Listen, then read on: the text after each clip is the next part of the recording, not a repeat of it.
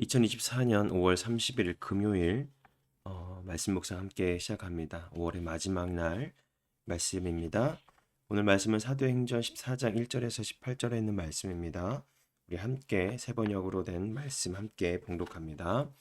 바울과 바나바는 이고니온에서도 이전과 마찬가지로 유대 사람의 회당에 들어가서 말하였다. 그래서 유대 사람과 그리스 사람이 많이 믿게 되었다. 그러나 마음을 돌이키지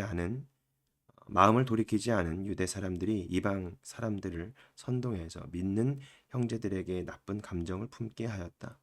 두 사도는 오랫동안 거기에 머물면서 주님을 의지하여 담대하게 말하였다. 주님께서는 그들의 손으로 표징과 놀라운 일을 행하게 하셔서 그들이 전하는 은혜의 말씀을 확증하여 주셨다.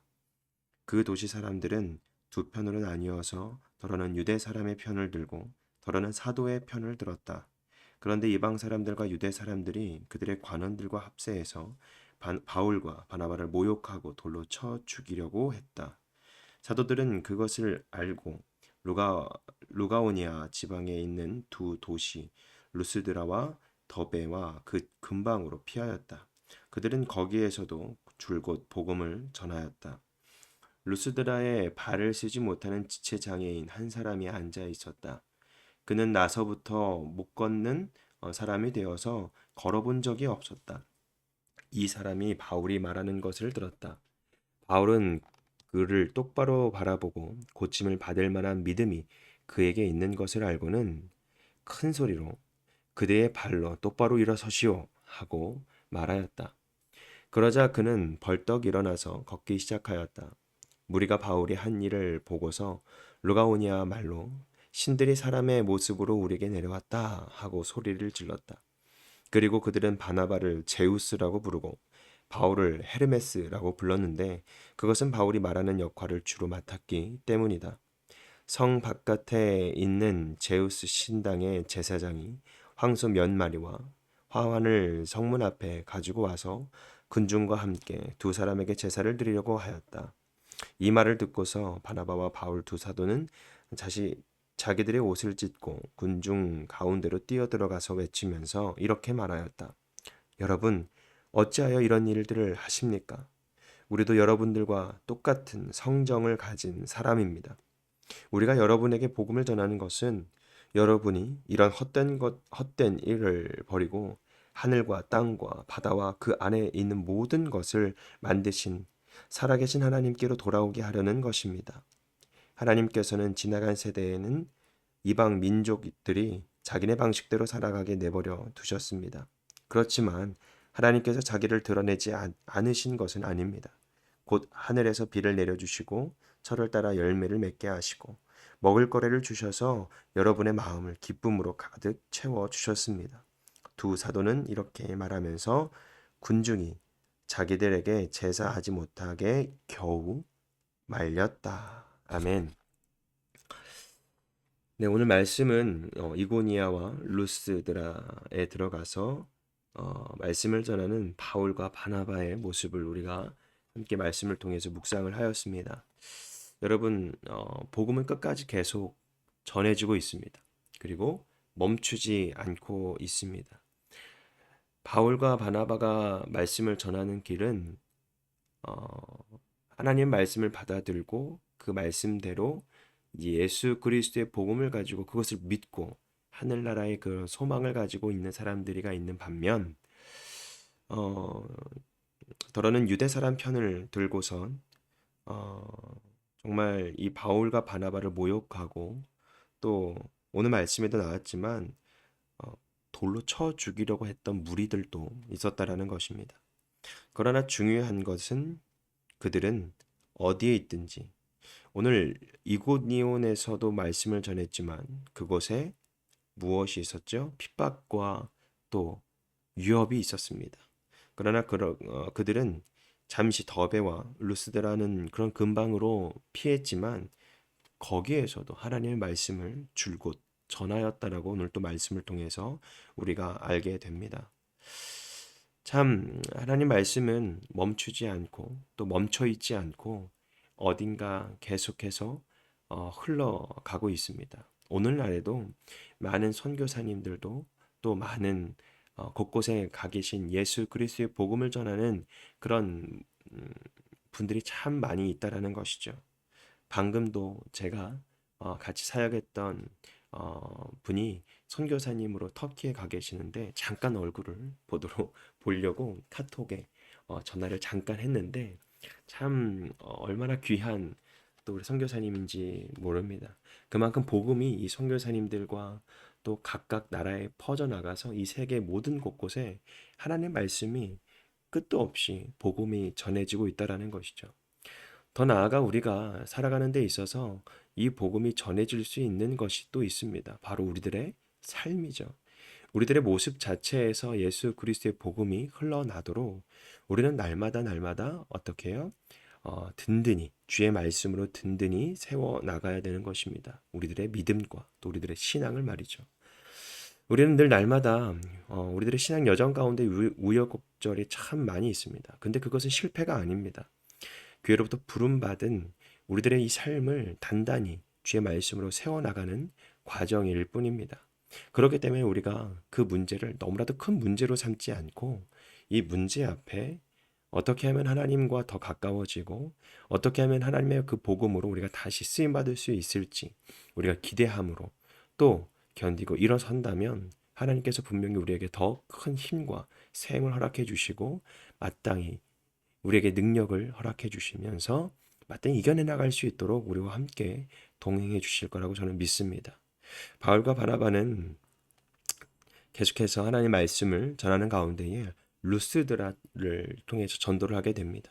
그런데 거기에 지체장애인 한 사람이 앉아 있었는데 이분은 나서면서 못 걷는 사람이었어요. 그래서 걸어본 적도 없었던 사람인데 바울이 말하는 것을 들으면서 바울은 또 그를 또 똑바로 쳐다봤죠. 그러면서 고침을 받을 만한 믿음이 그에게 있는 것을 알게 되었는데 이것은 자기 능력으로 한 것이 아니라 아마 성령님께서 감동을 허락해 주셨다고 저는 믿습니다. 그래서 그에게 큰 소리로 말하죠. 그대의 발로 똑바로 일어서시오. 그러면서 어떻게 됐죠? 바로 일어섭니다. 얼마나 정말 이런 큰 기적들이 그 지방에 있는 많은 사람들에게 얼마나 큰 능력을 또 기적을 보면서 더 신임을 더 얻게 되는 거죠. 그러면서 더 나아가 어떻게 됐죠? 루가오니아 말로 신들이 사람의 모습으로 우리에게 나타났다라고 오해를 합니다. 또 바나바를 제우스라고 생각하고 또 바나바를 제우스라고 생각하고 바울을 헤르메스라고 또 불리는데 또 이것은 바울이 계속 말하는 역할을 감당했기 때문에 또 이렇게 얘기를 한다고 합니다. 근데 이 제우스 신당의 제사장들이 우리 바울과 바나바에게 가서 제사를 지내려고 합니다. 신 같은 존재이기 때문에 그렇죠. 여러분 그러면서 바울과 이 바나바가 어떻게 했죠? 자기 옷들을 찢어 나가면서 그들에게 말하죠. 복음을 전하는 이유에 대해서 또 그들이 복음을 듣고 어떻게 행해야 되는지에 대해서 이유를 말합니다. 먼저 복음을 전하는 것은 여러분들이 이런 헛된 일, 그런 것이 무엇이죠? 어, 저들이 우상 숭배를 통해서 많이 하나님의 그 일을 거역하고 아니면 모를 수도 있었습니다. 근데 그동안 이 우상 숭배를 버리고 이제 참된 하나님을 섬기라는 이유죠. 하늘과 땅과 바다와 그 안에 있는 모든 것을 만드신 그 살아계신 하나님께로 돌아오도록 만들기 위해 그리고 돌아오도록 하기 위해 이 복음을 전한 것이다라고 말씀을 합니다. 여러분 우리가 예수님의 복음을 듣고 우리가 우리들의 습관 또 우리들의 옛 버릇들 또 하나님을 자꾸 멀리하게 되는 그런 일들이 수많은 일들로 인해서 우리의 삶에 나타나고 있습니다. 그러나 그것들을 이겨내 나갈 수 있는 힘은 어디에 있냐면 하나님의 말씀에 있습니다. 그 하나님의 말씀을 우리가 계속해서 묵상을 한다면 그 말씀을 통해서 우리가 깨닫게 되는 겁니다. 어떻게 해요? 내가 또 하나님의 말씀을 통해서 예수 그리스도의 복음을 또 알게 되고 깨닫게 되고 그리고 내 안에 하나님을 계속 생각하고 내 안에 잘 계신지 내 안에서 정말 편안하게 잘 계신지에 대해서 우리가 또 생각하게 되죠. 전혀 하나님 말씀을 읽지 않고 또 하나님과 어떤 교제가 일어나지 않으면 정말 무감각해집니다. 무감각하고 그 어떤 일로도 하나님과 이렇게 생각하지도 않습니다. 하나님을 생각하지도 않고 예수님을 또 생각하지도 않고 그저 내 방식대로 오늘 말씀했던 것처럼 헛된 일들이 버리지 아니하고 계속 우리들의 삶으로 나타나게 되는 것이죠. 하나님께서는 지나간 세대의 이방 민족들이 자기네 방식대로 살아가도록 내버려 뒀다라는 것입니다. 여러분, 우리들의 방식대로는 얼마든지 살 수 있습니다. 얼마든지 우리의 방식대로 살아가는 것을 내버려 두십니다. 그러나 우리들의 삶 속에 어떻게 해요? 하나님의 자신을 드러내지 않지는 않습니다. 바로 드러냈다라는 겁니다. 곧 하늘에서 비를 내려주시고 철을 따라 열매를 맺게 해주시고 먹을 거리를 주시고 우리들의 마음에 기쁨을 가득 채워주셨다라는 겁니다. 이스라엘 백성들이 그 광야 시절을 지나면서 그냥 내버려 두시지 않았다라는 거죠. 하나님을 나타내시고 그 가운데 깨닫게 하셨다라는 겁니다. 여러분, 우리가 살아가면서 하나님의 살아계심을 우리가 정말 많이 느낄 수 있습니다.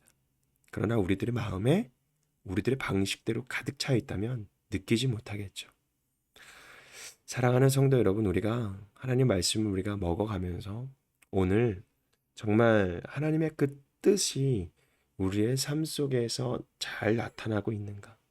하나님의 기적과 또 하나님의 권능이 우리 삶 가운데 나타날 때에 우리들의 반응은 옛것을 쫓았던 그 모습 그대로 하나님을 섬겨야 되는 건가? 아니면 그 모습을 다 버리고 새로운 모습으로, 새 생명을 얻은 모습으로 하나님 앞에 나가야 되는가?